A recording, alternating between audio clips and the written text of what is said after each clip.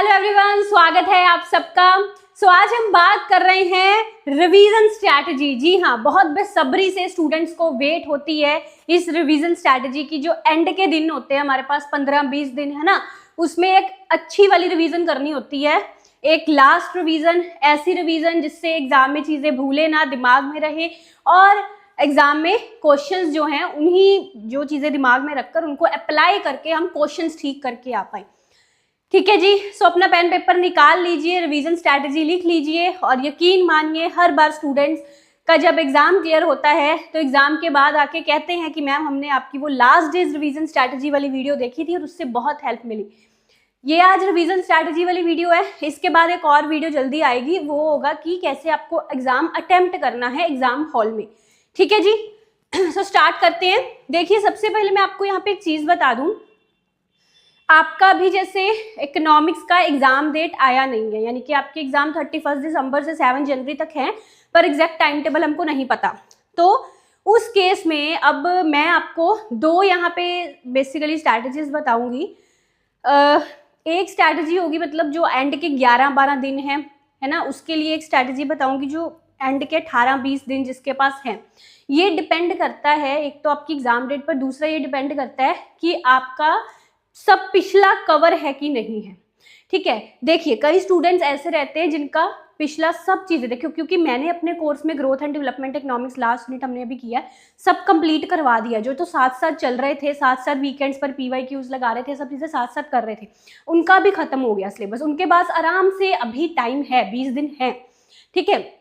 जिनका अभी नहीं कवर हुआ, बैकलॉग बचा हुआ है, तो वो ज़्यादा से ज़्यादा मतलब 10-11 दिन पहले अपना सब खत्म कर ले। बिकॉज ये जो 10-11 दिन होंगे इसमें सिर्फ रिवीजन होगी, इसमें आप नए कंसेप्ट नहीं करोगे, इसमें आप नई चीज़ें नहीं करोगे, वीडियो लेक्चर से नई चीज़ें नहीं सीखोगे। एंड वाले 10-11 दिन में सिर्फ जो आपने पढ़ा है उसकी रिवीजन करोगे। ठीक है। तो दो चीजें बताऊंगी, एक वो स्टूडेंट्स जिनका खत्म हो चुका है सारा, जो कंसेप्ट सारे कर चुके हैं, वीडियो लेक्चर सारी उन्होंने मेरी देख ली हैं, सारे अपना सिलेबस वगैरह जो भी चीजें हैं अपना कंप्लीट कर लिया है, और अब रिवीजन की बारी है, रिवीजन बच रही है उनके पास। ठीक है। उनके लिए मैं अबाउट 20 लास्ट डेज जो है उनकी स्ट्रैटेजी बताऊंगी, और जो अभी कर रहे हैं जिनका नहीं कवर हुआ उनकी मैं अबाउट लास्ट के जो 10-12 दिन होते हैं उनकी स्ट्रैटेजी बताऊंगी। बिकॉज 10-12 दिन पहले तो उनको खत्म करना ही पड़ेगा किसी भी हालत में अपना जो भी बची हुई चीजें। ठीक है। ये चीज तो देखिए, अब यहाँ पे एक चीज और ध्यान से समझिए। जो मैंने अभी आपको बात बताई ना कि आप अपना सारा कंप्लीट कर चुके हो कंसेप्ट वगैरह, उसमें क्या क्या चीजें आती हैं। जो देखिए, एक तो हमारे जो लेक्चर्स रहते हैं, या आप कहीं से भी सेल्फ स्टडी से पढ़ रहे हो, है ना, सिलेबस प्लस PYQs को मद्देनजर रखते हुए आपने सारे 10 के 10 यूनिट्स कंसेप्चुअल अंडरस्टैंडिंग उनकी ये सब कर लिया है ना। अपने नोट्स वगैरह इससे जो है वो आप बना चुके हुए हो। तो इसमें आप जो जैसे मान लो टेक्स्ट बुक पढ़कर किया है, लेक्चर्स पढ़ के, ये सब चीज़ें आपने कंप्लीट कर ली। अपने कंसेप्ट्स वगैरह पेपर 1 पेपर 2 के टोटल 20 यूनिट्स आप कर चुके हुए, उससे अपने नोट्स भी बना लिए। दूसरी चीज़, आप PYQs भी लगा चुके हो। तीसरी चीज़, आप टेस्ट भी लगा चुके हो। ठीक है। ये सब चीज़ें मैं बोलती हूँ कि आपकी जो कोर्स कवरेज है, कोर्स कवरेज उसमें आते हैं। ठीक है ना, चाहे आप सेल्फ स्टडी से कर रहे हो, कोर्स से कर रहे हो, कहने का मतलब मेरा कि ये सब चीजें आप कर चुके हो। तो जिन स्टूडेंट्स का अभी कोर्स कवरेज कंप्लीट हो चुका है उनके लिए मैं लास्ट के जो आपके 18-20 दिन है उनकी स्ट्रैटेजी बताऊंगी, क्योंकि उनको अब जस्ट रिवीजन करना है। जिनका नहीं हुआ वो कर लो फटाफट खत्म, और उनकी मैं आखिर के 10 के 12 दिन जो हैं उसकी स्ट्रैटेजी बताऊंगी, रिवीजन स्ट्रैटेजी। समझ गए हो मेरी बात को, मैं क्या कहना चाह रही हूँ। ठीक है। चलो अब स्टार्ट करते हैं। देखिए, आपको क्या करना है, तो मैं सबसे पहले यहाँ पे एंड के 10-12 दिनों वाली बता रही हूँ, उसी के थ्रू हम बाद में वो 20 दिनों वाली समझ लेंगे। आपको क्या करना है, आपको ना अब सब कुछ आपका हो चुका है, आपके हाथ में है आपके वो नोट्स। ठीक है, जो आपने अपना सारा कोर्स कवरेज से बनाए हैं। देखो, बच्चे जो हैं मेरे स्टूडेंट्स, उनके नोट्स बनाने के 2-3 तरीके रहते हैं। या तो वो लेक्चर सुन के अपने खुद के नोट्स बनाते हैं, ठीक है, या टेक्स्ट बुक्स पढ़ के अगर सेल्फ स्टडी से कर रहे हो तो अपने खुद के नोट्स बनाते हैं।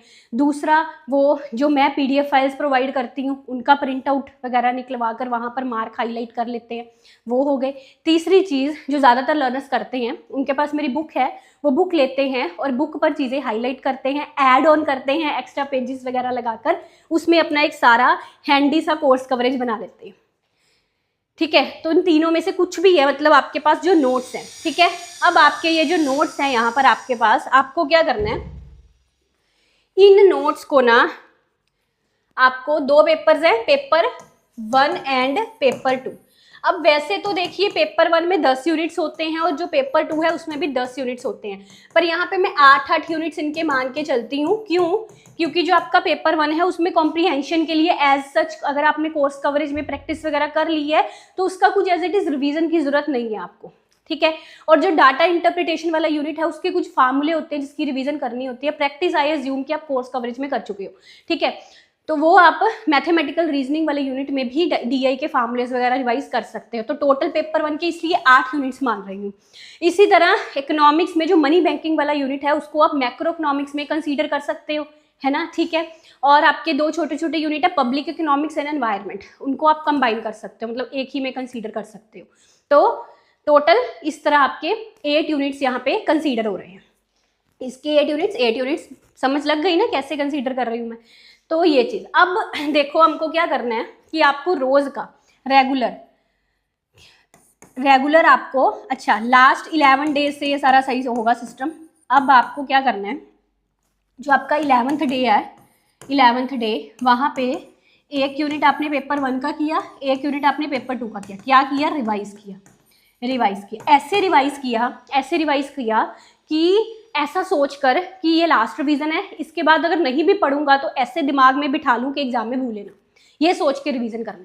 उसमें से कुछ ऐसी चीज़ें आपको लग रही हैं जो आपको लग रहा है कि नहीं ये नहीं एग्जाम तक 10 दिन बाद ये नहीं याद रहने वाली, भूल जाएगी, दिमाग से निकल जाएगी, उस चीज़ को एक सेपरेट नोट्स बना लेने हैं, ठीक है, जिनको मैं भूलने वाले नोट्स बोलती हूँ। ये वर्ड इसको मैंने दिया भूलने वाले नोट्स, ठीक है।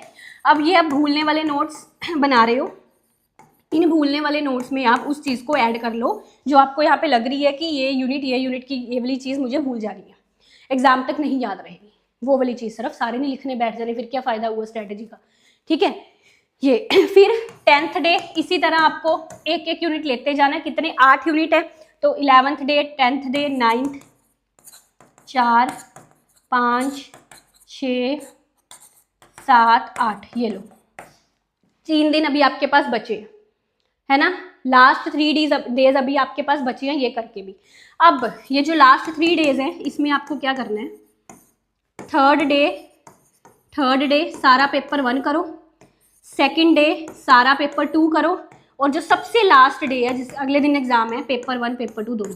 अब ये चीज़ मेरी बड़े ध्यान से समझ लो, बड़े ध्यान से, कि आपको ना ये आपकी 3 रिवीजनें हैं, 3 रिवीजनें। फर्स्ट रिवीजन ये है जो मैंने 11 से लास्ट 11 से लास्ट 4th डे तक लिखी है, ये आपकी फर्स्ट रिवीजन है। इस फर्स्ट रिवीजन में आपने भूलने वाले नोट्स बना लिए हुए हैं, ठीक है। अब जो इसके बाद ये सेकंड रिवीजन है आपकी, जो 3rd एंड 2nd डे में लिखी है, पूरा पेपर 1 पूरा पेपर 2, ठीक है। अब जब आप सेकंड टाइम वो सेम चीज रिवाइज करोगे ना, यू एज्यूम कि आपको बहुत कम टाइम लग रहा है, क्योंकि जब आपने फर्स्ट रिवीजन करी थी तो आपके दिमाग में यही रखा था कि मैं लास्ट बार कर रहा हूँ, इसके बाद नहीं भी पढ़ूंगा तो एग्जाम में ऐसे बिठानी है, मतलब दिमाग में ऐसी चीजें बिठानी है कि इसके बाद अगर नहीं भी पढ़ूं तो एग्जाम तक याद रहे, ये सोचकर आपने फर्स्ट रिवीजन करी थी, है ना।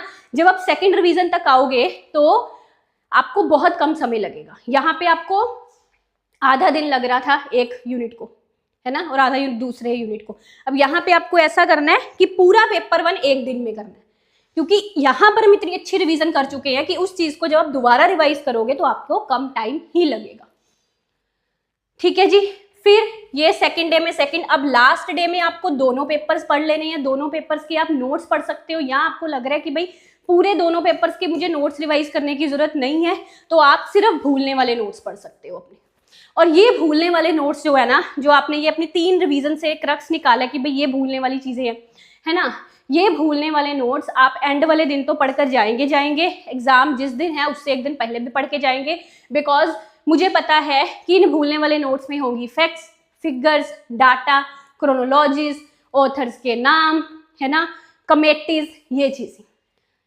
तो ये ज़्यादा देर तक दिमाग में नहीं टिक पाती, इसलिए बताया कि इसको लास्ट दिन ज़रूर पढ़ के जाना, that is the revision strategy. अब अगर आपका सारा कोर्स कंप्लीशन हो चुका है तो आपके पास इतने दिन है, यही चीज़ को आप 20 दिनों के लिए ऐसे लगा के चलो कि आप पर डे का एक एक यूनिट कर सकते हैं, आपके पास ज़्यादा टाइम है रिवीजन का, ठीक है। आप पर डे का एक एक यूनिट, जैसे यहाँ पे मैंने एक दिन के आपको एक यूनिट पेपर 1 का लिखा, एक यूनिट पेपर 2 का लिखा है ना, आप पर यूनिट के 2-2 यूनिट्स कर सकते हैं। जैसे यहाँ पे 8 दिन हमारे लगे थे, वहाँ पे आपके 16 दिन लगेंगे, 16 दिन लगेंगे, है ना। और लास्ट के 3 दिन ऐसे ही चलेंगे, यानी कि ये 19 दिनों का आपका रिवीजन प्लान होगा। बात समझ गए हो ना, है ना। एक एक 8 यूनिट पेपर 1 के, 8 यूनिट पेपर 2 के एक एक दिन आपने लगाए, और लास्ट ले 3 दिन ये वाला सेकंड थर्ड रिवीजन, यानी कि टोटल आपको 19 डेज लगेंगे। यहाँ पे टोटल 11 डेज लग रहे थे।